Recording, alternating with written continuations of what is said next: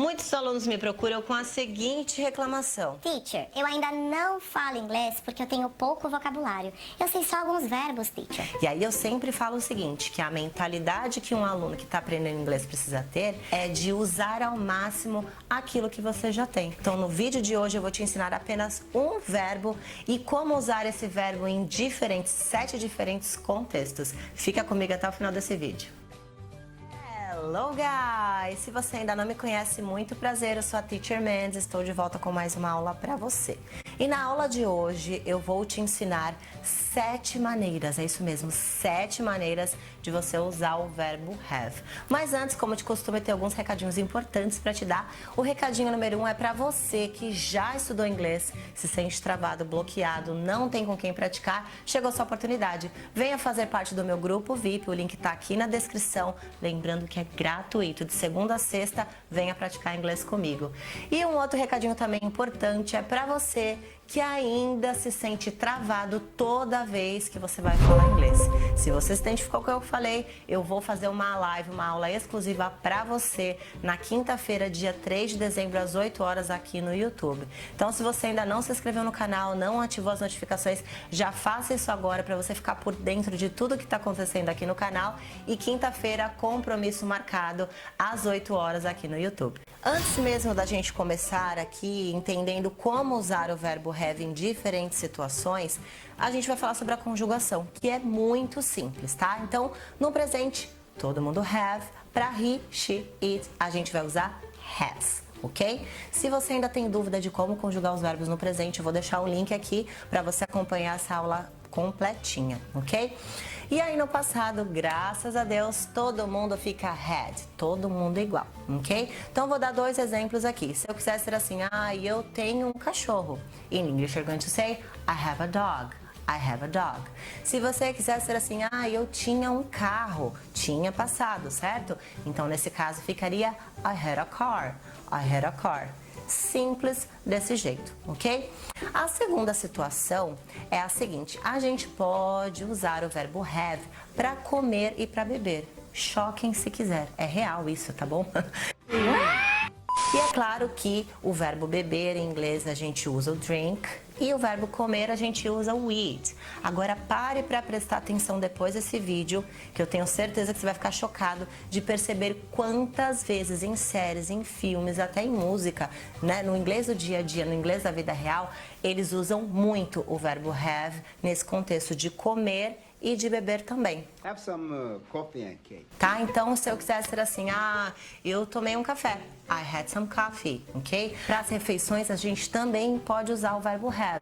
Have breakfast, have lunch, have dinner, have a snack, ok? Então, lembrando que o verbo have também pode ser usado nesse contexto de comer e beber alguma coisa. E olha que legal, ainda no contexto number 2, a gente consegue usar o verbo have nessa situação também, no sentido de oferecer alguma coisa para alguém. Então, vamos imaginar que eu tô com o Teacher Daniel aqui, a gente tá conversando e eu quero oferecer. Senta aí, quer sentar? Para esse caso, a gente pode usar o verbo have. Então, eu diria have a seat. E aí, eu ofereço para ele também um cafezinho. Have some coffee. E aí, também quero oferecer umas bolachinhas, bolacha? E aí, quero oferecer também uns biscoitinhos, umas bolachinhas. Aí, para essa situação, eu também posso dizer have some cookies. Viu que fácil? Tá vendo só? Mais opções para você usar o verbo have também. A nossa próxima situação é a seguinte, o have no sentido de tomar, ok? Então, se eu quiser ser assim, eu vou tomar um banho. Para essa situação, você poderia usar o verbo have também. Então, nesse caso, você diria I'll have a shower. I'll have a shower. Para o inglês britânico, eles usam mais essa forma, I'll have a bath. I'll have a bath. E pode ser que agora você esteja pensando, Teacher, mas e o tal do take a shower não existe, tá errado? Não, está certo também, mas essa é mais uma maneira de você expressar essa ideia usando o verbo have. O próximo contexto em que você vai usar o verbo have é no sentido de se divertir. E provavelmente você já deve ter visto em algum lugar aí na sua vida o tal do have fun, não é verdade? Uma outra forma também da gente expressar essa ideia de se divertir é to have a good time. Então, se eu quiser ser assim, nós vamos nos divertir pra caramba hoje. In English, you're going to say say we're gonna have a good time. We're gonna have a good time. E o nosso contexto number 5, como vocês já sabem, nem tudo são rosas, então eu vou ensinar vocês também a como usar isso nesse sentido de passar por alguma situação difícil, algum momento complicado. So in English you're going to say she's having a hard time. Se eu quisesse dizer que ela está passando por uma fase difícil, por um momento difícil.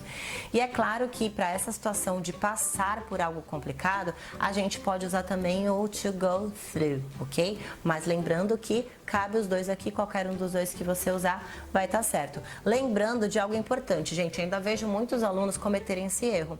Quando eles querem expressar essa ideia de passar por uma situação, a gente já compara com o português e já vai lá e coloca o verbo pass, ok? Mas os nativos não expressam essa ideia dessa maneira, ok? Então, para essa situação, cabe o verbo have ou to go through. A nossa próxima situação é a seguinte, ela vai fazer uma cirurgia.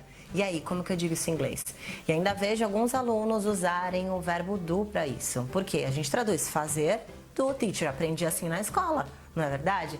Mas para essa situação, a gente vai usar o verbo have, essa seria uma ótima opção. Então, se eu quisesse dizer que ela vai fazer uma cirurgia, in English you're going to say she will have an operation or she will have a surgery, ok? E a nossa última situação é a seguinte, como que eu digo isso em inglês? Ela sofreu um acidente. E pode ser que em algum momento aí você tenha pensado no...